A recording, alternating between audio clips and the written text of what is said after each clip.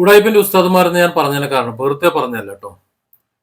ലാലിക്ക tribute Shanavas sir. Shanavas അല്ല, നവാസാണ്. Tribute Shanavas sir. അതെനിക്ക് ഓക്കെ ഓക്കെ ഓക്കെ ഓക്കെ. നമുക്ക് അതിലൂടെ നമുക്കൊന്ന് പോകാം. ഷാനവാസ് സാറുമായിട്ട് ബന്ധപ്പെട്ട് പോവാം. നമ്മുടെ നസീർ ഖാന്റെ പ്രേം നസീറിന്റെ മകൻ ഷാനവാസ് സാറിനല്ലേ പറയുന്നത്.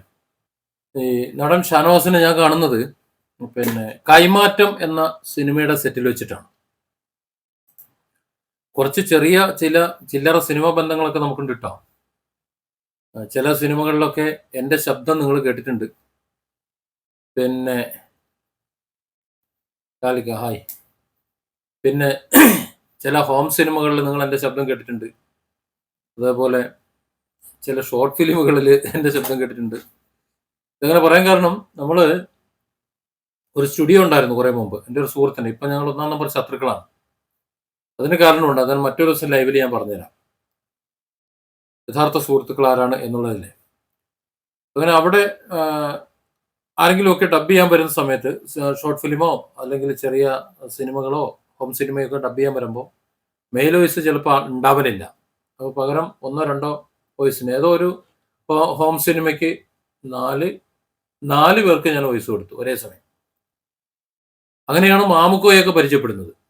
ഒരിക്കൽ ഡബിങ്ങിന് വന്നു. ഞാൻ പല നടന്മാരും ഡബ് ചെയ്യുന്നത് കണ്ടിട്ടുണ്ട്. പക്ഷെ മാമുക്കോയുടെ ഡബിങ് ഒരു രക്ഷയില്ല. ഒന്ന് പിന്നെ പടപടപടപട ഏതങ്ങ് പോകും. നമ്മുടെ ഹനാൻ ഉണ്ടല്ലോ, നമ്മൾ മീമിറ്റ് പ്രശസ്തയായിട്ടുള്ള ഹനാൻ. ആ ഹനാനൊക്കെ അതിനകത്ത് ഉണ്ടായിരുന്ന പങ്കെടുത്തിട്ടുള്ള ഒരു ഹോം സിനിമന്റെ ഒരു ഭാഗം ഡബ് ചെയ്യാനാണ് വന്നത്. ഇപ്പൊ ഡബ് അവിടെ എന്തോ ഉണ്ട്, അവിടെ എന്തുണ്ട്, അല്ല കഴിഞ്ഞു, അല്ലല്ല അവിടെ ഞാൻ എന്തോ പറഞ്ഞിട്ടുണ്ട് എന്ന് പറഞ്ഞിട്ട് അവിടെ ഇങ്ങനെ നിന്നിട്ട് അവിടെ ഒരു മൂളലും അങ്ങനെ കറക്റ്റ് ആ സാധനം കൊടുക്കുന്ന ഒരു മനുഷ്യനാണ് ഈ മാമുക്കായ. വളരെ നല്ലൊരു മതിപ്പുണ്ട് ഉള്ളൊരു മനുഷ്യനായിരുന്നു. അതുപോലെ പിന്നെ കുറച്ചു പേർ എനിക്കറിയാം. കൈമാറ്റം സിനിമ ഇറങ്ങിയില്ല കേട്ടോ. അപ്പൊ കൈമാറ്റത്തിന്റെ സെറ്റിൽ വെച്ചിട്ടാണ് ഞാൻ ഈ ഷാനവാസിനെ കാണുന്നത്. അത് ഇപ്പൊ എവിടെയായിരുന്നു, കോഴിക്കോടിനടുത്ത് മുക്കത്ത് കൊണ്ട ആ ഒരു ഏരിയയിൽ വെച്ചിരുന്നായിരുന്നു കൈമാറ്റത്തിന്റെ ഷൂട്ടിങ്. അതിൽ നമ്മുടെ CT യൂസഫ്, പിന്നെ ഒരു ആഫ്രിക്കൻ ഒരു നടൻ വന്ന് അഭിനയിച്ചു പോയിട്ട് അതിന്റെ പേര് നാവിന്റെ തുമ്പത്തിരിക്കുന്നു. ആരെങ്കിലും അറിയാന്നുണ്ടെങ്കിൽ ഒന്ന് എഴുതിയിടി കേട്ടാ. നമ്മൾ സോബിനൊക്കെ അഭിനയിച്ചേ, സാധാരണക്കാരുടെ അതിലൊക്കെ അഭിനയിച്ചവരും ഈ പറയുന്ന ഈ കൈമാറ്റത്തിലുണ്ടായിരുന്നു. കൈമാറ്റം ഒരു നല്ല സിനിമയായിരുന്നു. ആ സിനിമ ഒരുപക്ഷെ അന്ന് ഇറങ്ങിയിരുന്നെങ്കിൽ വിജയിച്ചേനെ. എന്താ പറയാ, പേര് നാവിന്റെ മുമ്പത്തിരിക്കുന്ന ആ സിനിമയുടെ. നിങ്ങൾ ആരെങ്കിലും ഉണ്ടെങ്കിൽ പറയട്ടോ. ആ സോബിനൊക്കെ അഭിനയിച്ച ഒരു വിദേശത്ത് ഒരു ചങ്ങായി വന്ന് പന്തൊക്കെ കളിച്ചുകൊണ്ടിരുന്ന ഒരു ഫുട്ബോളിന്റെ ബേസ് ചെയ്തിട്ട് മലബാറിന്റെ ഫുട്ബോളുമായിട്ട് ബന്ധപ്പെട്ട് ഒരു സിനിമ ഇറക്കിയിരുന്നല്ലോ. അതിലുള്ള ആൾക്കാരെല്ലാവരും അത് അന്ന് ഈ കൈമാറ്റം എന്ന് പറയുന്ന സിനിമ ഒരുപക്ഷെ ആ സിനിമ ഇറങ്ങിയ സമയത്ത് ഇറങ്ങിയിരുന്നെങ്കിൽ നല്ല വിജയം വിജയിച്ചേനെ. അത് നല്ല തീമായിരുന്നു. ഒരു ഹോം സിനിമയുടെ മോഡിൽ കണ്ടിരിക്കാവുന്ന നല്ലൊരു സിനിമയായിട്ടാണ് അത് ചെയ്തത്. കാരണം ഞാൻ ഫിലിം കണ്ടിരുന്നു. അത് പുറത്തിറങ്ങിയില്ല എന്നുണ്ടെങ്കിലും അതിന്റെ ഡബിങ്ങിന് സമയത്ത് കണ്ടു. ഡബിങ് കഴിഞ്ഞ ശേഷം ഫൈനൽ എഡിറ്റിന് മുമ്പ് കുറച്ച് ഞാൻ സിനിമ ഫുള്ള് ഞാൻ കണ്ടിരുന്നു. അത് അടിപൊളി ഒരു സിനിമയായിരുന്നു. കുറച്ച് ലാഗ് ചെയ്യുന്ന ചില ഭാഗങ്ങൾ മാത്രമേ കട്ട് ചെയ്യാനുണ്ടായിരുന്നുള്ളൂ. അതിൽ ഈ അന്തരിച്ച നടൻ ഷാനവാസ് അതിഭീകരമായിട്ട് അഭിനയിച്ചിട്ടുണ്ട്. അതിഭീകരമായിട്ട് കുറേ ദിവസം ഉണ്ടായിരുന്നു. അത് അന്നാണ് ഞാൻ അദ്ദേഹത്തെ പരിചയപ്പെടുന്നത്. പ്രേം നസീറിനെ ഒന്നും എനിക്കറിയില്ല. നമ്മളൊക്കെ നേരം വെളുത്ത് വരുമ്പോഴത്തേക്ക് പ്രേം നസീർ അസ്തമിച്ചു. നല്ല കഴിവുള്ള ഒരു നടനായിരുന്നു ഈ ഷാനവാസ്. അത് ഞാൻ മരിച്ചുകൊണ്ട് പറയണല്ലോ, മരണപ്പെട്ടുകൊണ്ട് പറയണല്ല. അപ്പോൾ അതാണ് പെട്ടെന്ന് ഓർമ്മ വന്നത്. നിങ്ങൾ പറഞ്ഞപ്പോൾ എനിക്കത് ഓർമ്മ വന്നത്. കൈമാറ്റത്തിന്റെ സെറ്റാണ് എനിക്ക് ഓർമ്മ വന്നത്. എന്തോ നിർഭാഗ്യം, ആരുടെയൊക്കെ നിർഭാഗ്യം. ആ സിനിമ CT യൂസഫിന് ഒരു വഴിത്തിരിവായനെ, അതേപോലെ മറ്റു പലർക്കും, രാഘവേട്ടന് ഒരുപക്ഷെ വഴിത്തിരിവായനെ. രാഘവേട്ടനൊക്കെ വളരെ നല്ല റോള് അതിനകത്ത് അഭിനയിച്ചിട്ടുണ്ട്. അതേപോലെ ഷാനവാസ് നല്ല രീതിയിൽ അത് അഭിനയിച്ചിട്ടുണ്ട്. ഒരുപാട് ഷോട്ടുകൾ ഉണ്ടായിരുന്നു. അത് നല്ല അടിപൊളി ഇതായിരുന്നു. അപ്പോൾ അതൊക്കെ എന്തോ അത് ഇറങ്ങിയില്ല, പെട്ടിയിലായി. ഇനി ഇറങ്ങിയിട്ട് കാര്യമില്ല. കാരണം ആ സമയത്ത് ഇറങ്ങേണ്ട സിനിമയായിരുന്നു.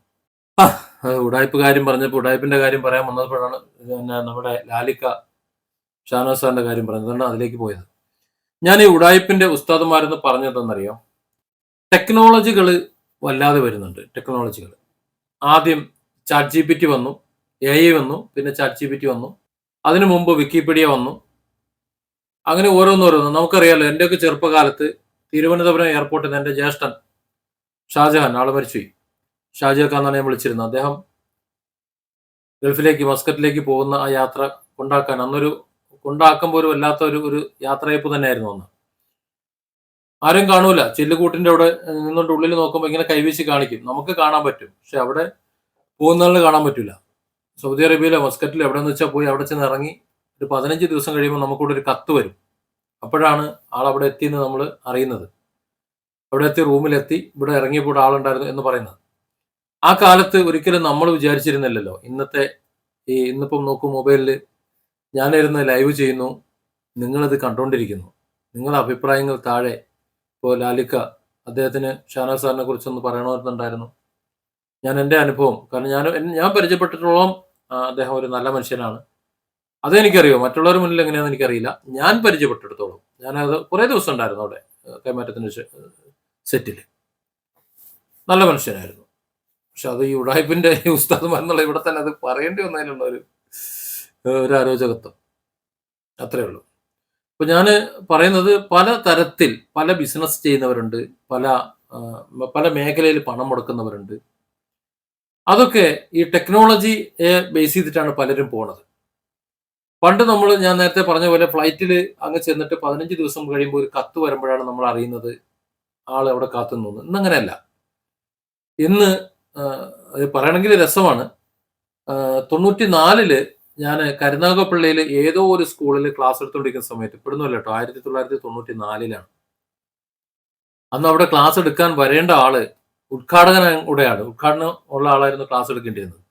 ഉദ്ഘാടകൻ പരിക്ക് പറ്റിപ്പോയി, ഒരു ആക്സിഡന്റ് പരിക്ക് പറ്റി വീട്ടിൽ കിടക്കുകയാണ്. അപ്പോൾ അടുത്തുള്ള ലാൻഡ് ഫോൺ കണക്ഷൻ ഇവിടേക്ക് കൊണ്ടുവച്ചിട്ട് അതിന്റെ ഫോണിൽ മൈക്ക് ഇങ്ങനെ വെച്ചുകൊണ്ടാണ് കാണുന്നത്. അന്ന് ഈ ബോക്സ് അല്ല, കോളാമ്പിയാണ് അവിടെ ഇങ്ങനെ വെച്ചേക്കണേ. പഴയ കോളാമ്പി ഉണ്ടല്ലോ, എനിക്കറിയില്ല, കോളാമ്പി മൈക്ക്. ബോക്സ് ഒക്കെ പിന്നീടാണ് സാർവത്രികമായത്. ഈ തെങ്ങിന്റെ മണ്ടയിലൊക്കെ കോളാമ്പിയാണ് വെച്ച് കിട്ടുക. അന്നത്തെ ഗാനമേളക്കാരെയൊക്കെ കാര്യം കഷ്ടമായിരുന്നു. പോട്ടെ, അതില് അന്ന് ക്ലാസ് എടുത്തുകൊണ്ടിരുന്നപ്പോൾ ഞാൻ പറഞ്ഞു, അതായത് ഇതുപോലെ നടന്നുകൊണ്ട് നമുക്ക് സംസാരിക്കാൻ കഴിയുന്ന ഫോണ് നാളെ ഒരു കാലത്ത് വരുമെന്ന് പറഞ്ഞു.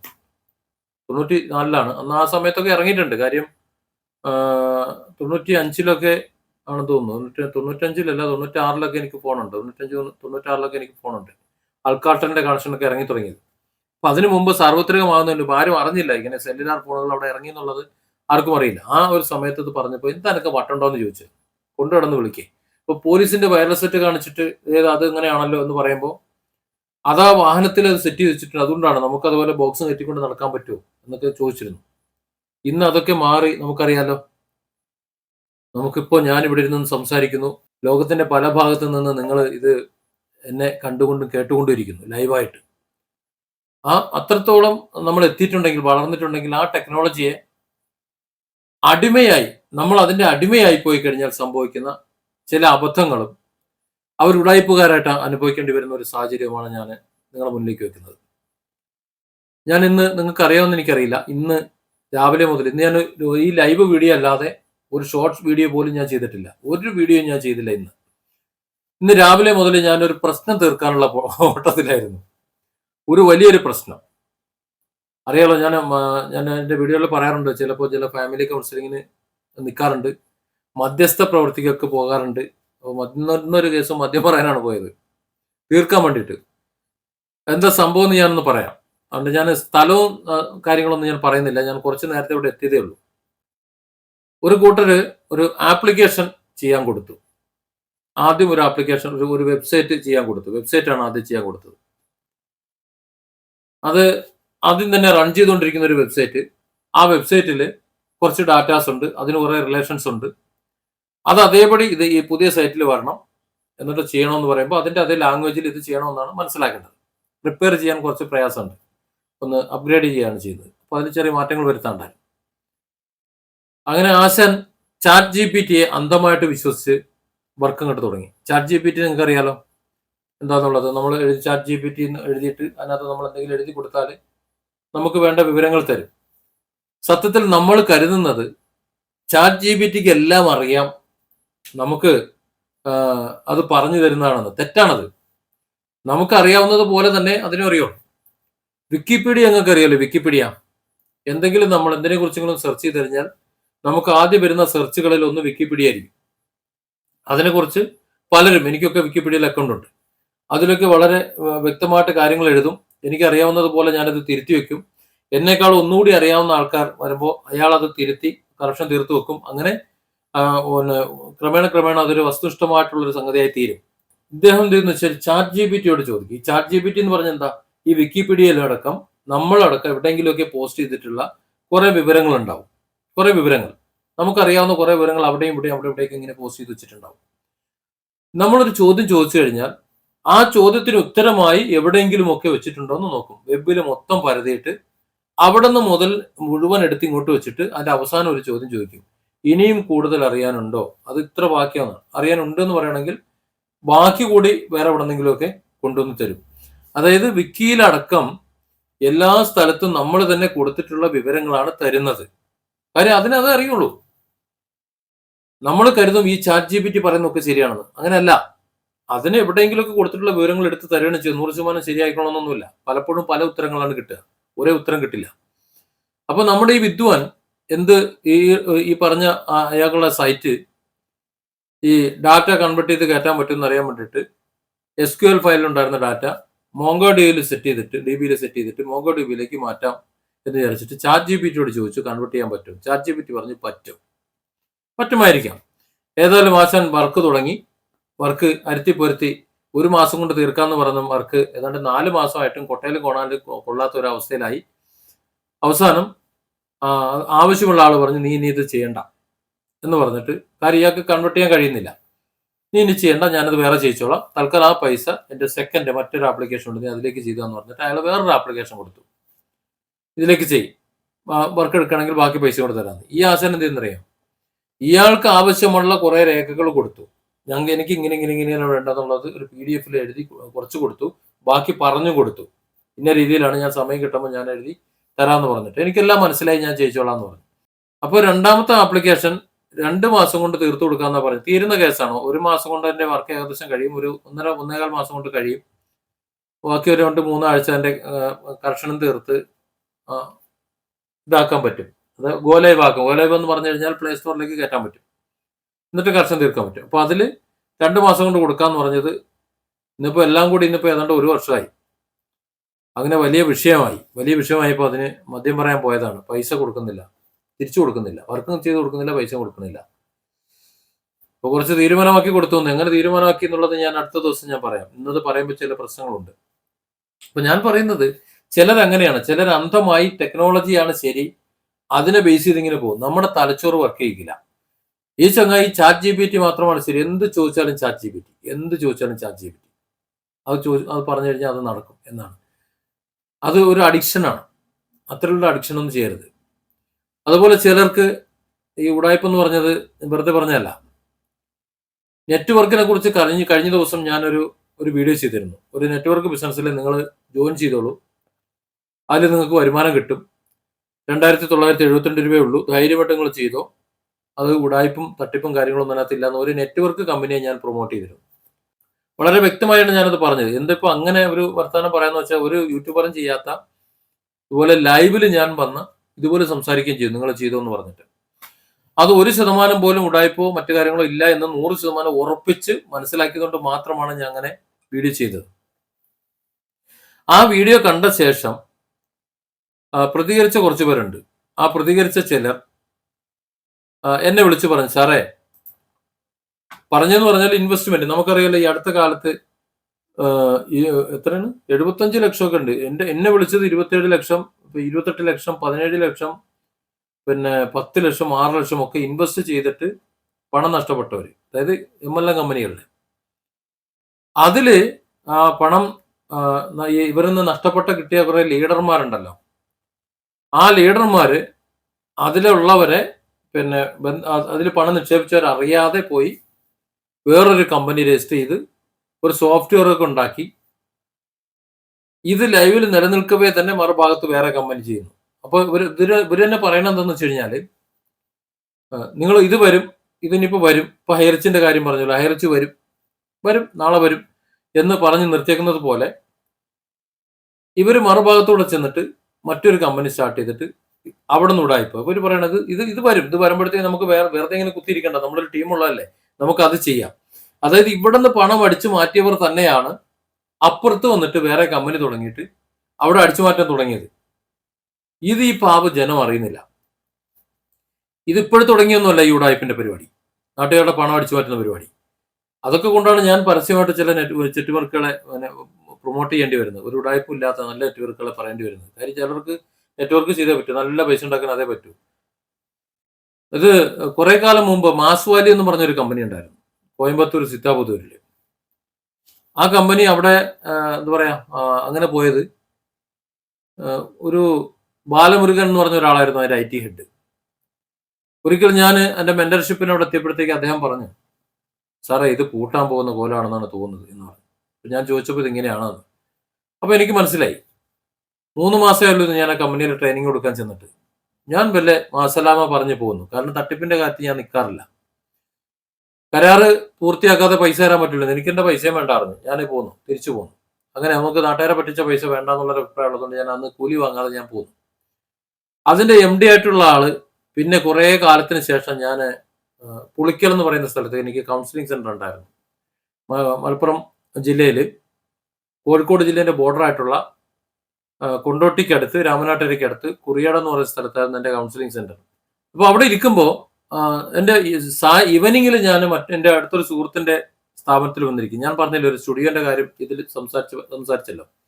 ആ സ്റ്റുഡിയോയിൽ വന്നിരിക്കും വൈകുന്നേരം. അതൊക്കെ കഴിഞ്ഞിട്ട് നമ്മുടെ ക്ലാസ്സുകൾ കഴിഞ്ഞ് ബാക്കി കുറച്ച് അവരുടെ ഡ്യൂട്ടിയൊക്കെ കഴിഞ്ഞ ശേഷം ഞാൻ ഈ സ്റ്റുഡിയോയിൽ വന്ന് കുറച്ച് നേരം അവിടെയൊക്കെ ഇരുന്ന് കീബോർഡൊക്കെ ഉണ്ടാവും. കീബോർഡ് അവിടെ കൊണ്ട് വെച്ചേക്കുന്നത്. അതൊക്കെ ഒന്ന് വായിച്ച് ചിലപ്പോൾ ഇടുന്നൊരു പാടി ചില പാട്ടുകളൊക്കെ റെക്കോർഡ് ചെയ്ത് ഒക്കെ ഞാൻ പോരും. അപ്പോൾ ആ പോരലില് ഒരു ദിവസം ഒരാളിങ്ങനെ വന്നിട്ട് പറയാം, സാറേ അടിപൊളി ഒരു കമ്പനിയാണ്. ഞാൻ എന്താ സംഭവം? ഇൻവെസ്റ്റ്മെന്റ് ആണ്. നിങ്ങൾ ഇത്ര രൂപ ഇൻവെസ്റ്റ് ചെയ്യണമെന്നുണ്ടെങ്കിൽ, അതായത് 6500 രൂപ ഇടണമെന്നുണ്ടെങ്കിൽ ഡെയിലി 90 രൂപ വെച്ച് എത്രയോ ദിവസം പറഞ്ഞു ഇത്രയും കയറും. അപ്പൊ 3 ഇരട്ടി കയറും. അപ്പൊ ഞാൻ പറഞ്ഞു, കുഞ്ഞു ഇത് ശരിയല്ല. ഇത് ആദ്യം കയറുന്ന കുറച്ച് ആൾക്കാർക്ക് പൈസ കിട്ടും. കിട്ടുന്നത് കൊണ്ട് അവർ ആ പണം ഒന്നായിട്ടിടും. എന്നിട്ട് ഈ പിന്നാലെ വരുന്നവരുടെ പണം എടുത്ത് ആദ്യമുള്ളവർക്ക് കൊടുക്കും. അങ്ങനെ അന്തം കെട്ട് പൈസ വരുന്നത് കൊണ്ട് കിട്ടുന്ന പൈസയൊക്കെ അതിനകത്ത് വീണ്ടും ഇടും. അങ്ങനെ ഉള്ളതെല്ലാം കൂടെ പോയിട്ട് അവരൊരു ഉദ്ദേശിച്ച ഒരു ടാർഗറ്റ് എത്തിക്കഴിയുമ്പോൾ ഈ കമ്പനി പൂട്ടും. അതുകൊണ്ട് നീ ആ പണിക്ക് നിൽക്കണ്ടെന്ന് പറഞ്ഞു. അങ്ങനെ ഇയാള് പിന്നെ ഞാൻ പറയുന്ന ഒന്നും കേൾക്കാതെ എൻ്റെ ചങ്ങായിൻ്റെ എൻ്റെ അക്കൗണ്ട് നമ്പറൊക്കെ വാങ്ങി പിന്നെ എൻ്റെ ഡീറ്റെയിൽസ് ഒക്കെ എടുത്തിട്ട് മൂപ്പർ എൻ്റെ പേർക്ക് ഒരു അതിനകത്ത് ഒരു ID ക്രിയേറ്റ് ചെയ്തിട്ട് 6500 രൂപ അതിനകത്തിട്ട്. 6500 മാത്രമല്ല, 6 ലക്ഷം 10 ലക്ഷം 16 ലക്ഷം കിട്ടാറുണ്ട്. എമൗണ്ട് ഒരുപാട് എത്ര വേണമെങ്കിലും ഇടാം. അതിന് 6000 ഞാനിതൊന്നും അറിയില്ല കേട്ടോ. പിറ്റേന്ന് വർക്കിംഗ് ഡേ ആണ് നോക്കുമ്പോൾ എൻ്റെ അക്കൗണ്ടിലേക്ക് ഒരു 90 രൂപ കയറിയിരിക്കണം. തലേ ദിവസം ഇട്ടപ്പോൾ പിറ്റേന്ന് മുതൽ വരവ് തുടങ്ങി 90 രൂപ. അതിന്റെ പിറ്റേന്നും ഒരു 90 വരൽ തുടങ്ങി. അപ്പോൾ ഞാൻ അവനെ വിളിച്ചു. അപ്പോൾ എനിക്ക് സംശയം തോന്നി. ഞാൻ ചോദിച്ചു എന്താ പരിപാടി? അത് സാബു സാർ ഇപ്പോൾ അത് മൈൻഡ് ചെയ്യണ്ട, പൈസ വരട്ടെ, പൈസ വരുമ്പോഴത്തേക്ക് സാബു സാർ തന്നെ ഞങ്ങൾ കൂടെ വന്നോളൂ. ഞാൻ പറഞ്ഞു എൻ്റെ പൈസ പോയി എന്ന് പറഞ്ഞു. പിന്നെ ഇന്ന് കുറച്ച് സൈറ്റ് ഡൗൺ ആണെന്ന് പറഞ്ഞു. അപ്പൊ തന്നെ എനിക്ക് മനസ്സിലായി. അത് 6 ദിവസം 7 ദിവസം കൊണ്ട് വന്നു ആ 90 രൂപ. ആ പൈസ ഞാൻ അതേപടി അവൻ അയച്ചു കൊടുക്കുകയും ചെയ്തു. ഗൂഗിൾ പേ ചെയ്ത് കൊടുത്തു. അന്ന് തന്നെ അയച്ചു കൊടുത്തു. വരുന്ന പൈസ അപ്പക്കപ്പം അയച്ചു കൊടുക്കുമായിരുന്നു. നമുക്ക് വേണ്ട പൈസ. 7ാമത്തെ 8ാമത്തെ ദിവസം ആ കമ്പനി പൂട്ടി. DMG എന്നായിരുന്നു ആ കമ്പനിയുടെ പേര്. ഞാനിത് പറയാൻ കാരണം, സിദ്ധാപുതൂരിൽ മാസ് വാല്യൂ എന്ന് പറയുന്ന കമ്പനിയുടെ ഡയറക്ടർ ആയിരുന്ന ഒരു ചങ്ങായി, ആ ചങ്ങായി ഈ പറയുന്ന DMGന്റെ ഡയറക്ടർമാരിൽ ഒരാളായിരുന്നു. അതായത് അവിടെ പൂട്ടിയിട്ട് ഇവിടെ ഒന്ന് തുറന്നു. ഇതാണ് ഇവിടുത്തെ മണി ചെയിൻ ചില മൾട്ടി ലെവൽ മാർക്കറ്റിംഗ് കമ്പനികളുടെ പിന്നാമ്പുറം. എനിക്കത് കൃത്യമായിട്ട് അറിയാവുന്നത്, ഞാൻ അത്തരത്തിലുള്ള ധാരാളം കമ്പനികളുടെ മെന്റർ ആയിരുന്നിട്ടുണ്ട്. മെന്റർ എന്ന് പറഞ്ഞാൽ കമ്പനി ഡിസൈൻ ചെയ്യുമ്പോൾ ലീഗലായിട്ടാണ് ചെയ്യുക. കുറച്ച് മുന്നോട്ട് പോകുമ്പോഴാണ് അത് ലീഗലിലേക്ക് പോണത്. നമ്മളത് കയറി പരിശോധിച്ച് ലീഗലൈസ് ചെയ്യാനാണ് നമ്മൾ വിളിക്കുന്നത്. വിളിച്ച് ലീഗലൈസ് ചെയ്ത് ആദ്യം കയറുന്ന കുറച്ച് ലീഡേഴ്സ് ഉണ്ടാവും. ആ ലീഡേഴ്സിന് ട്രെയിനിങ് ഒക്കെ കൊടുത്ത് പേഴ്സണാലിറ്റി അനാലിസിസ് ഒക്കെ പഠിപ്പിച്ച് അവർക്ക് ഈ കമ്പനിയെ കുറിച്ചുള്ള അവയർനെസ് ഒക്കെ കൊടുത്ത് എല്ലാം കൊടുത്തു കഴിഞ്ഞിട്ട് ട്രാക്കിലേക്ക് കിട്ടിയാൽ നമ്മൾ പോരുക. ഇത്രയാണ് നമ്മുടെ പരിപാടി എന്ന് പറഞ്ഞു. അതിനൊരു കാലാവധി ഉണ്ടാവും. ചിലപ്പോൾ 2 മാസം, ചിലത് 3 മാസം, ചിലത് 4 മാസം 5 മാസം, അങ്ങനെയാണ്. അതനുസരിച്ചിട്ടാണ്. കമ്പനി ശരിക്കും റൺ ചെയ്ത് തുടങ്ങുന്നതിന് മുമ്പ് നമ്മൾ അവിടെ നിന്ന് പോരും. കാര്യം നമ്മളെ ജനങ്ങൾക്ക് അറിയില്ല, ജനങ്ങൾക്ക് അറിയാത്ത ലെവലിലാണ് നമ്മൾ നിൽക്കുക. അപ്പൊ ഇങ്ങനെ ഉടായ്പിന്റെ ഉസ്താദുമാരെന്ന് പറഞ്ഞാൽ ഒരു നെറ്റ്വർക്ക് തുടങ്ങും, അതിൽ കുറെ ആൾക്കാരുടെ പണം അതിൽ കൊണ്ടുവരും. 10 2000 കോടി, 2000 കോടിയൊക്കെയാണ് എൻ്റെ ഒരു കണക്ക്. ഒരു 10 200 കോടി രൂപ കമ്പനിയിൽ വെക്കും. എന്നിട്ട് അവർ തന്നെ പിടികൊടുക്കും. കമ്പനി പിന്നെ എന്താ ചെയ്യുന്നത് വെച്ച് കഴിഞ്ഞാൽ, ആദ്യം ചെയ്യുന്നത് AWSലോ അല്ലെങ്കിൽ അതുപോലെ സ്പീഡ് സെർവറിൽ കിടക്കുന്ന സാധനം അത് അവിടെ നിന്ന് മാറ്റിയിട്ട് നെയിം ചീപ്പിലോ അതുപോലെ മറ്റേതിലെങ്കിലും മാറ്റും. നെയിം ചീപ്പിലേക്ക് എടുത്തിടുമ്പോൾ പിന്നെ ഇഴയും, ഒച്ചടിയുന്ന പോലെ സൈറ്റ് സ്പീഡ് കുറയും. അപ്പോൾ ഒരു അപ്ഡേഷൻ നടക്കുകയാണ് പറയും.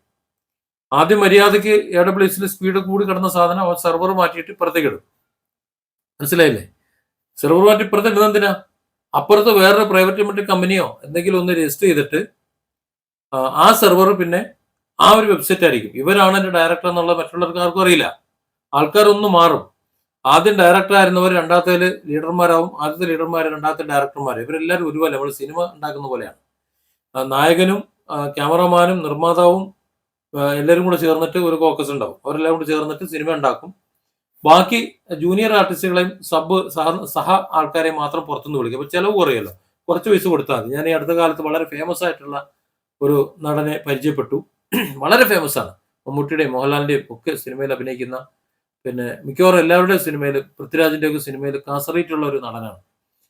അത് ഞാൻ പേര് പറയുന്നില്ല. അദ്ദേഹത്തോട് ഞാൻ സംസാരിച്ച് പറഞ്ഞത്, സാറേ നമ്മൾ അദ്ദേഹത്തിന്റെ ഒരു ഇഷ്ടപ്പെട്ടിട്ട്, ഞാനൊരു കാര്യം ഇഷ്ടപ്പെട്ടിട്ട് അദ്ദേഹത്തെ വിളിച്ചപ്പോഴാ പറഞ്ഞത്, നമ്മളിതൊക്കെ ഉണ്ട്, പക്ഷെ നമ്മളൊക്കെ അല്ലേ, നമുക്ക് ഇത്രയൊക്കെയാണ് കിട്ടുന്നത്, പിന്നെ നമ്മൾ എങ്ങനെ ഒപ്പിച്ച് പോണതാണ്, ഇങ്ങനെയൊക്കെയാണെന്ന്. അതാണ് എൻ്റെ വസ്തുത എന്ന് പറയുന്നത്. അപ്പൊ അതുപോലെ ഒരു കോക്കസ് വെക്കുന്ന പോലെ ഇവിടെ ഒരു നെറ്റ്വർക്കിന് ഒരു കോക്കസ് ഉണ്ട്. ആ കോക്കസ് ആണ് ഇവിടെ ഇത് നിയന്ത്രിച്ചുകൊണ്ട് പോണത്. അപ്പോൾ അവർ 2000 കോടി 2200 കോടിയൊക്കെ എത്തുമ്പോൾ ഇവർ തന്നെ സ്വയം പിടികൊടുക്കും. പിടികൊടുത്തിട്ട് ഒരു 10 20 ദിവസം വരെ ജയിലിൽ കിടക്കും.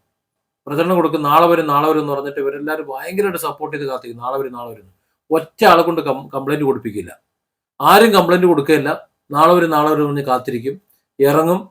അവസാനം ഇവരെ കൂടെ നിൽക്കുന്ന സമയത്ത് ഈ സൈറ്റ് നേരെ ഇപ്പുറത്ത് സെർവർ മാറ്റും, മറ്റൊരു കമ്പനി രജിസ്റ്റർ ചെയ്യും. അതിൽ വേറെ ചില ലീഡർമാരെ വെച്ചുകൊണ്ട് പിന്നെ മുന്നോട്ട് പോകും അവർ. ഇതിലെ അംഗങ്ങൾ തന്നെ അതിൽ ചെന്ന് ചാടും. ക്രമേണ ഇത് മറക്കും. നേരത്തെ പിടിച്ച ആൾക്കാരിൽ ഒരു 200 കോടി രൂപ ഉണ്ടാകുന്നത് അത് സർക്കാർ ആ തുക കണ്ടുകെട്ടും. സർക്കാർ ആ തുക കണ്ടുകെട്ടിയിട്ട് ഇതിൽ പരാതി കൊടുത്തിട്ടുള്ള ആരെങ്കിലും ഉണ്ടെങ്കിൽ അവർക്ക് കൊടുക്കും, ബാക്കി സർക്കാർ എടുക്കും. 2000 കോടി സേഫ്, അത് വിദേശത്ത് സേഫായി കിടക്കുകയും ചെയ്യും. ഇത് ഇന്നലെയൊന്നും അല്ല ഇത് തുടങ്ങിയത്. ഒരുപാട് കാലമായി ഉടായ്പ തുടങ്ങിയിട്ട്. അപ്പോൾ ഇത്തരത്തിലുള്ള ഉടായ്പുകാരന്മാരായിട്ടുള്ള കുറച്ച് ലീഡർമാരായിട്ടുള്ള കുറച്ച് ആൾക്കാരുണ്ട്. കോഴിക്കോട് എനിക്കറിയാവുന്ന 2 പേരുണ്ട്. അതേപോലെ പയ്യോളിയിൽ ഒരാളുണ്ട്, പിന്നെ വടകര ഒരാളുണ്ട്, പാലക്കാട് ഒരാളുണ്ട്, തൃശ്ശൂർ കുറേ പേരുണ്ട്, പിന്നെ എറണാകുളത്ത് എനിക്കറിയില്ല, പിന്നെ കൊല്ലത്തുണ്ട്, ആലപ്പുഴയുണ്ട്. അങ്ങനെ കുറേ സ്ഥലത്ത് ഇങ്ങനെ കുറേ ലീഡർമാരായിട്ട് കുറേ ഉണ്ട്. 10,000 എണ്ണം അതിന്റെ പിന്നാലെ ഉണ്ടാവും. ഈ ഉടായ്പന്മാരുടെ കീഴിലാണ് ഇവർ ചെന്ന് പെടുന്നത്. ഇവർ പറയുന്ന കാര്യങ്ങൾ കമ്പനിയിൽ ഏതെങ്കിലും നെറ്റ്വർക്ക്, മിക്കവാറും എല്ലാം ഇൻഡസ്ട്രിയിലാണ് ഇവരുണ്ടാകുക. IT മേഖലയിലുള്ള ഈ പറയുന്ന നേരത്തെ പറഞ്ഞതുപോലെ ടെക്നോളജിയിലെ മാത്രം പിന്നാലെ പോകുന്ന, അല്ലെങ്കിൽ അതെല്ലാം നോക്കിക്കോളും എന്ന് കരുതുന്നവരും ഇവരും ഏകദേശം ഒരുപോലെയാണ്. മറ്റുള്ളവരെ പറ്റിക്കാൻ വേണ്ടിയിട്ടാണ്, മറ്റുള്ളവരെ പൈസ നഷ്ടപ്പെടുത്തും. നേരത്തെ പറഞ്ഞ കക്ഷികൾ സമയവും അവരുടെ പണവും നഷ്ടപ്പെടുത്തിയിട്ടുണ്ടെങ്കിൽ ഇവിടെയും അത് തന്നെ, അവരുടെ അധ്വാനവും അവരുടെ എന്താ പറയാ എല്ലാം നഷ്ടപ്പെടുത്തുകയാണ് ചെയ്യാം. അപ്പൊ ഈ ഉടായ്പിന്റെ ഉസ്താദന്മാർ ചെയ്യുന്ന പണി, ഒരു കമ്പനിയിൽ കയറും, ഒരു 3-4 ലക്ഷം രൂപ വാങ്ങും. അതെന്തിനാ വാങ്ങണമെന്നറിയോ? ഇയാൾക്ക് ട്രാക്ക് സഞ്ചരിക്കാൻ വേണ്ടിയിട്ടാണ്. അവിടെ ഇവിടെയൊക്കെ വലിയ മീറ്റിംഗ് വെക്കും. എന്നിട്ട് ആൾക്കാരെ അങ്ങോട്ട് കൂട്ടും. യു ക്യാൻ വിൻ എന്ന് ചാടും. എന്നിട്ട് കാറും ബാറും പിന്നെ എല്ലാം കൂടെയൊക്കെ അങ്ങോട്ട് നടന്നിങ്ങോട്ട് കാണിക്കുമ്പോൾ ആൾക്കാർ ഇടിച്ചങ്ങോട്ട് കയറും. ഒരു 10,000 പേര് അയാളെ കീഴിൽ അങ്ങോട്ട് ഇടിച്ചങ്ങോട്ട് കയറി സെറ്റായി റെഡിയായി അങ്ങോട്ട് നിൽക്കും. റെഡിയായി ഒന്ന് സെറ്റായി വരുന്ന സമയത്ത് അടുത്ത കമ്പനിയിൽ നിന്ന് ഓഫർ വരും. അപ്പോഴേക്കും അടുത്ത കമ്പനിയിലേക്ക് പോകും. അപ്പോൾ ഇതിന്റെ മുകളിൽ നിൽക്കുന്ന കുറച്ച് പേർക്ക് പണം കിട്ടും, അല്ലാത്തവർക്ക് പോകും. അയാൾക്ക് നേരത്തെ പറഞ്ഞ ആ 3 ലക്ഷത്തിന് പുറമെ കുറച്ച് പണം കിട്ടും, കമ്പനിക്കും കുറച്ച് പൈസ കിട്ടും. അപ്പോൾ ആ ഒരു ഉടായ്പിനെ കൂട്ടുനിന്ന ഒരു കമ്പനി അല്ല ഞാൻ പറഞ്ഞ കമ്പനി. അതാണ് ഞാൻ അതിനെ പ്രൊമോട്ട് ചെയ്യുന്നത്. അവർ പറഞ്ഞ് ഇത് പണം കിട്ടാത്ത കുറെ സാധുക്കളുണ്ട്, എനിക്കിത് കിട്ടിയിട്ട് ഇത് കോടീശ്വരനാകേണ്ട ആവശ്യമില്ല, എനിക്കിതിന്റെ ആവശ്യമില്ല എന്ന് പറഞ്ഞു. അപ്പൊ ഞാനത് പരിശോധിച്ച് നോക്കുമ്പോൾ 4 വർഷമായി ഇപ്പൊ അത് തുടങ്ങിയിട്ട്. ഈ 4 വർഷത്തിനിടയിൽ 1 രൂപ പോലും ആ കമ്പനി ലാഭം എടുത്തത് ഞാൻ കണ്ടില്ല. എടുത്ത ലാഭം നല്ല ലാഭം കിട്ടിയില്ല. കിട്ടിയതൊക്കെ കിണറും കക്കൂസും കുളിമുറിയും അങ്ങനെ വാട്ടർ ബെഡും ഒക്കെ ആയിട്ട് ഇങ്ങനെ പോകുന്നത് കണ്ടപ്പോൾ ഒരിക്കലും വല്ലാത്തൊരു അത്ഭുതം തോന്നി. അതുകൊണ്ടാണ് ഞാനതിനെ പ്രൊമോട്ട് ചെയ്തത്. അപ്പോൾ ഇത്തരത്തിൽ ഉഡായിപ്പ് അതിൻ്റെ ആൾക്കാർ അല്ലാത്തവർ നെറ്റ്വർക്കിലുണ്ട്. അവരെ നമ്മൾ പ്രൊമോട്ട് ചെയ്യുന്നു. നേരെ മറിച്ച് വ്യക്തമായിട്ട് കമ്പനി പോലും അറിയാത്ത രീതിയിൽ കമ്പനി ചിന്തിക്കാനേ ഇല്ല. പറയും നിങ്ങൾ ഇത്ര രൂപ നിങ്ങൾ ഏൺ ചെയ്ത് കഴിഞ്ഞാൽ കമ്പനി നിങ്ങൾക്ക് കാറ് എവിടെ കാറ്? അത്തരം ടാർഗറ്റ് ചെയ്ത് കൊടുത്തു കഴിഞ്ഞാൽ കിട്ടുന്ന ഒരു ഇൻസെന്റീവ് അതൊരു 10, 20,000, 30,000 കൊടുക്കും. ആ 30,000 കാർ ഫണ്ട് എന്ന് പറഞ്ഞ് കൊടുക്കുന്നത് അതിന്റെ കൂടെ ഒരു 30,000 കടവും കൂടെ വാങ്ങിയിട്ട് 60,000 കൊടുത്തിട്ട് അവസാനം ഒരു കാർ എടുക്കും. കാർ എടുത്തിട്ട് പിറ്റേ മാസം മുതൽ അടവിന് കിടന്ന് ഇട്ടോട്ടോടും അവസാനം മുണ്ട് കീറി ആ കാറ് CC-ക്കാർ കൊണ്ടുപോകും. അതോടെ അവൻ്റെ ഒരു തീരുമാനമാവും. എന്നിട്ട് ഞാൻ കാർ അച്ചീവർ എന്ന് പറഞ്ഞു നടക്കും. ഇങ്ങനെ വണ്ടിമേ കയറ്റിയിട്ട് ആ അടവിന് വേണ്ടി മണ്ടിപ്പാഞ്ഞ് പൈസ ഉണ്ടാക്കുന്ന ഒരു ടീം. ഒരിക്കലും എനിക്കറിയാം TLC എന്ന് പറയുന്ന കമ്പനിയുടെ ഒരു മീറ്റിങ്ങിൽ പങ്കെടുക്കേണ്ടായി ഞാൻ. അതിൽ ഡോക്ടർ റിതുൽ എന്ന് പറഞ്ഞിട്ട് ഇങ്ങനെ വർത്താനം പറയുന്നുണ്ടായിരുന്നു. ഡോക്ടർ ഏത് MBBS ഫസ്റ്റ് ഇയറോ സെക്കൻഡ് ഇയറോ കൊണ്ട് പഠിച്ചുകൊണ്ടിരുന്ന ഒരു ചങ്ങായി ഈ ഒരുത്തം വണ്ടിയുമേ കയറ്റിയിട്ട് അവൻ MBBS ഒക്കെ പഠനം നിർത്തിയിട്ട് ഇതിനകത്തോട്ട് വന്ന് നെറ്റ്വർക്ക് അങ്ങോട്ട് ചെയ്യാൻ തുടങ്ങി. ഒരു 1.5 ലക്ഷം രൂപ കയ്യിൽ വെച്ച് കൊടുത്തൊരു വണ്ടി എടുത്തു കൊടുത്തു. ഡോക്ടർ റിതുൽ എന്നൊരു മോഡലിന് എടുത്ത് വെച്ച് കൊടുത്തിട്ട് അവൻ്റെ MBBS പോയി, എല്ലാം പോയി, സകലം പോയി, കുലൂടിയും പോയി, എല്ലാം പോയി. കാർ അവസാനം എല്ലാവരും പോയി. അവസാനം പിന്നെ ഞാൻ കണ്ടു കോഴിക്കോട്ടങ്ങാടിയിൽ നിൽക്കുന്നത്. അപ്പോൾ ഇത്തരത്തിൽ ഉഡായിപ്പിന്റെ ഉസ്താദുമാരുടെ ചതിയിൽപ്പെട്ട് ഭാവി തൊലഞ്ഞു പോയ ഒത്തിരി പേരുണ്ട്, പണം നഷ്ടപ്പെട്ട കുറെ പേരുണ്ട്. എനിക്ക് നിങ്ങളോട് പറയാനുള്ളത്, പെട്ടെന്ന് പൈസ ഉണ്ടാക്കാൻ കഴിയുന്ന പ്ലാറ്റ്ഫോമുകളിൽ ഒരു കാരണവശാലും നിങ്ങൾ ചെയ്യരുത്. ടെക്നോളജിയെ മാത്രം ബേസ് ചെയ്ത് പണിയെടുക്കുന്ന, ടെക്നോളജി എന്ന് പറഞ്ഞു കഴിഞ്ഞാൽ ടെക്നോളജി ഉപയോഗിച്ചുകൊണ്ട് അവന്റെ തലച്ചോറ് വെച്ച് പണിയെടുക്കുന്ന സ്ഥാപനങ്ങളിൽ നിങ്ങൾക്ക് ഉപയോഗിക്കാം. വെറും ChatGPT പോലുള്ള ടെക്നോളജികളാണ് ഞാൻ പറഞ്ഞത്, അല്ലാതെ മറ്റുള്ളതല്ല. ChatGPT, AI ഇതൊക്കെ മാത്രം ഉപയോഗിച്ചുകൊണ്ട് പണിയെടുക്കണം എന്ന സ്ഥാപനങ്ങളിൽ ഒരു കാരണവശാലും നിങ്ങൾ ഒരു വർക്കും കൊടുക്കരുത്. കൊടുത്താൽ നിങ്ങളുടെ പൈസ പോകും, സമയം പോകും. അപ്പോൾ ഒരു കാരണവശാലും നിങ്ങൾ ഇങ്ങനെയുള്ള ഉഡായിപ്പുകാരന്മാരുടെ വലയിൽ ചെന്ന് വീഴരുത്. ഇന്ന് ഞാൻ പോയത് അത്തരത്തിലുള്ളൊരു കേസിലാണ്. ഒരു IT വിഷയം, ഈ സാധനം കൊടുക്കുന്നില്ല, പെരും കച്ചറ, വലിയ വിഷയത്തിലേക്ക് പോകുമായിരുന്നു. അപ്പോൾ ഇത് രണ്ട് കൂട്ടരും അകന്ന ഒരു റിലേറ്റീവ്സ് ആണ് എന്നതുകൊണ്ട് ഈ ഇടയിലൊന്ന് സംസാരിക്കേണ്ട ഒരാൾ വേണം എന്ന് പറഞ്ഞ് വിളിച്ചു. അങ്ങനെ രാവിലെ പോയതാണ്, തീർന്നൊന്നുമില്ല. വൈകുന്നേരമായി അത് തീരുമാനമാക്കി കൊടുത്തു. ആ തീരുമാനം നടപ്പിലാക്കിയിട്ടില്ല എന്നുണ്ടെങ്കിൽ വലിയ വിഷയം ഇനിയും ഉണ്ടാകാൻ ചാൻസ് ഉണ്ട്. ഇതുവരെ ആ തീരുമാനം നടപ്പിലാക്കുന്നതിനെ കരുതുന്നു. അപ്പോൾ ഉഡായിപ്പ് രണ്ട് വിധമാണ്, മനസ്സിലായല്ലോ. ഒന്ന്, ഡയറക്റ്റ് നാട്ടുകാരുടെ പണം പറ്റിക്കുന്ന ഒരു വിഭാഗം. പിന്നെ അന്ധമായി സാങ്കേതിക വിദ്യയെ മാത്രം ആശ്രയിച്ചുകൊണ്ട് മറ്റുള്ളവരുടെ പണവും സമയം കളയുന്ന മറ്റൊരു വിഭാഗം.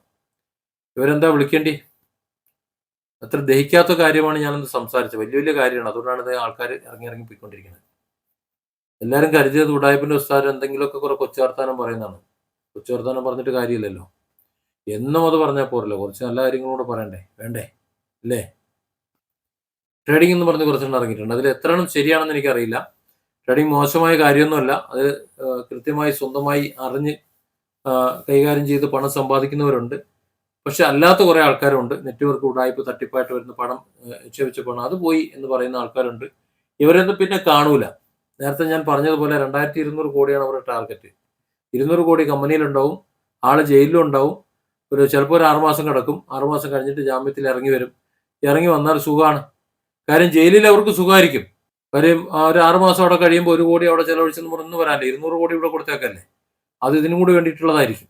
അപ്പോൾ 2000 കോടി അവിടെ സേഫ് ആയിരിക്കും. അങ്ങനെ ഒരുപാട് കേസുകളുണ്ട്. ഈ അടുത്ത കാലത്ത് ഞാൻ പറഞ്ഞല്ലോ, പറയാൻ തന്നെ അറിയാലോ നിങ്ങൾക്കൊരു കമ്പനി കോടികൾ പറ്റിച്ചുകൊണ്ട് പോയത്. നിങ്ങളെ പണമൊന്നും അത്തരത്തിൽ പോകാതിരിക്കട്ടെ.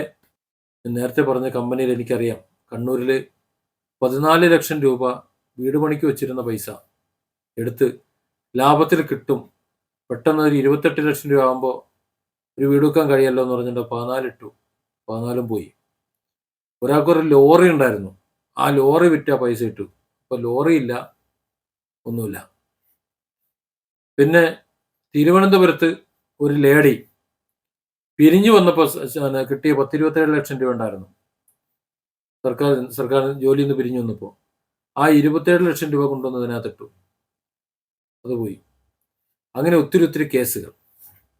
നമ്മുടെ ജീവിതത്തിലെ എല്ലാ സമ്പാദ്യവും ഇതുപോലെ കൊണ്ട് കളയാനുള്ളതല്ല, ഇങ്ങനെ കുഴിച്ചുകൂടാനുള്ളതല്ല. പലരും വന്ന് പല പ്രലോഭനങ്ങളും കാണിക്കും. അത്തരത്തിലുള്ള പ്രലോഭനങ്ങളും മറ്റു കാര്യങ്ങളും ചെയ്യുമ്പോൾ അതിൽ ചെന്ന് വീണു പോകരുത്. പെട്ടെന്ന് പൈസ ഇത്ര ഇത്ര കിട്ടും എന്ന് പറയുമ്പോൾ അവർ കിട്ടിയതിന്റെ കണക്കൊക്കെ ഒരു കാണിക്കും. അത് നിങ്ങൾക്ക് അറിയണമെന്നുണ്ടെങ്കിൽ ഞാനൊരു ചെറിയ ഒരു എക്സാമ്പിൾ പറഞ്ഞുതരാം. ഒളിമ്പിക് ട്രേഡ് എന്നൊരു ആപ്ലിക്കേഷൻ ഉണ്ട്. ഒളിമ്പിക് ട്രേഡ് എന്ന് സെർച്ച് ചെയ്ത് കഴിഞ്ഞാൽ ഒരു ആപ്ലിക്കേഷൻ കിട്ടും. അത് നിങ്ങളുടെ ഫോണിൽ നിങ്ങൾ ഇൻസ്റ്റാൾ ചെയ്തോളി. ഇൻസ്റ്റാൾ ചെയ്തിട്ട് ഒരു ഡമ്മി ആയിട്ട് ഒരു $10,000 ഇടി. ഡമ്മി ഒരു $10,000 ഇടുക, അല്ലെങ്കിൽ $1,000 കിട്ടും. $1,000 ആണെന്നോ, $10,000 കിട്ടും അതിനകത്ത്. അത് $500, എത്ര ഒരു ഇപ്പോഴത്തെ എമൗണ്ട് എനിക്ക് അറിയില്ല കേട്ടോ. ഡമ്മി നിങ്ങൾ ഇൻസ്റ്റാൾ ചെയ്യുമ്പോൾ ഡമ്മി കിട്ടും.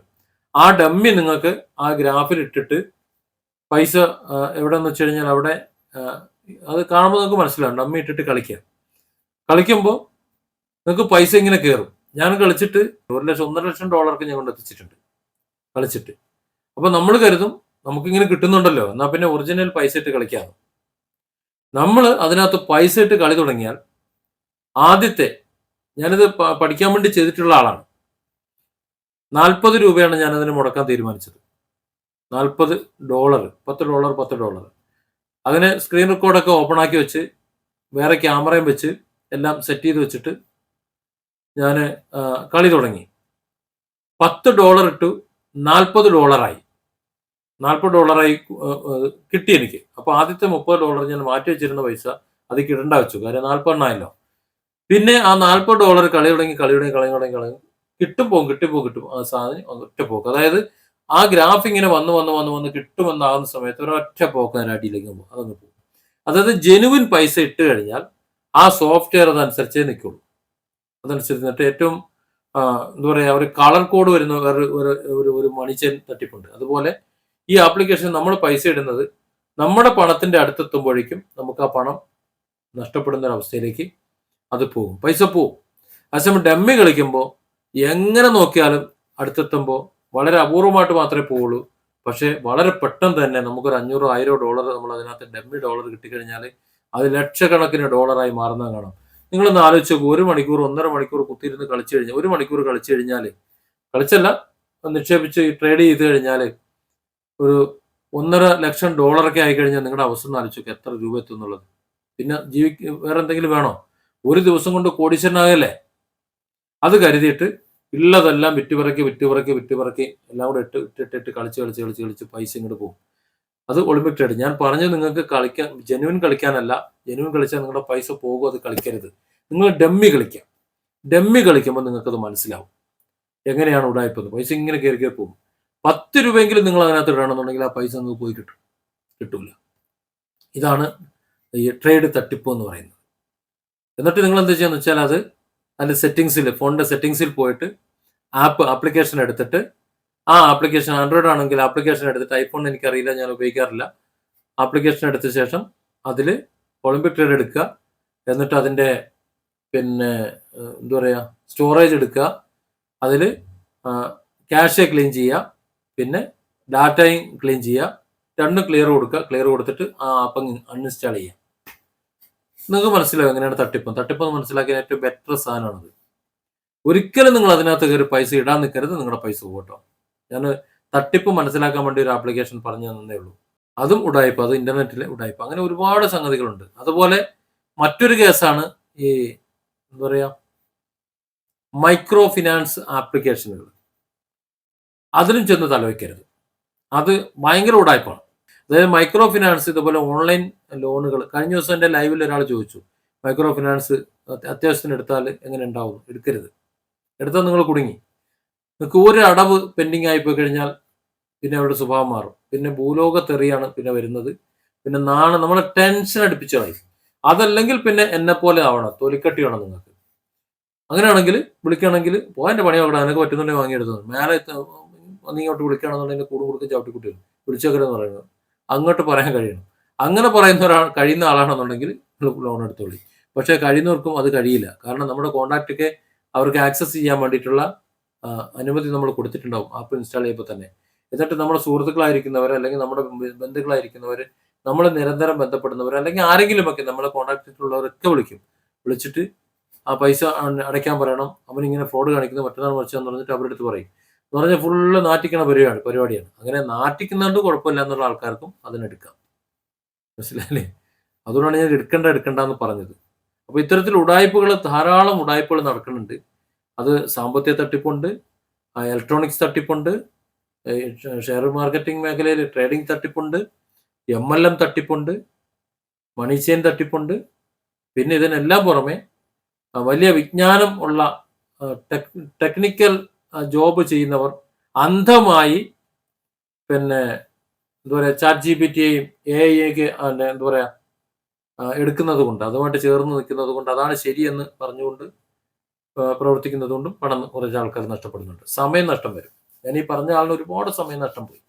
2 മാസം കൊണ്ട് തീരേണ്ട കേസ് ഇപ്പോൾ ഏകദേശം 1 വർഷമായി. ഇത്രയും സമയം പോയില്ലേ? ഒരു കൃത്യസമയത്ത് ഇറങ്ങിയിട്ടില്ല എന്നുണ്ടെങ്കിൽ വലിയ പ്രശ്നമായി. ഈ ഓണക്കാലത്ത് മാർക്കറ്റ് ചെയ്യേണ്ട ഒരു സാധനമായിരുന്നു. പക്ഷെ അതിന് ഈ ഓണക്കാലത്ത് ഇറങ്ങില്ല. ഇനി അടുത്ത ഓണത്തിനേക്ക് അതുകൊണ്ട് യൂസ് ചെയ്യാൻ കഴിയുള്ളൂ. ഇത്ര സാമ്പത്തിക പ്രശ്നം വരുമ്പോൾ സ്വാഭാവികമായിട്ട് അടി കൂടുമല്ലോ. അങ്ങനെ അടി തീർക്കാനാണ് പോയത്. അതുകൊണ്ട് ഇന്ന് വീഡിയോ ചെയ്യാൻ പറ്റിയില്ല. അപ്പോൾ എന്തായാലും ഇന്ന് കുറേ വർത്തമാനങ്ങളുണ്ട്, ഞാൻ നോക്കി വെച്ചിട്ട് നമുക്ക് നാളെ വീഡിയോ നമുക്ക് ചെയ്യാം. Different angles. Don't forget to subscribe and support this channel.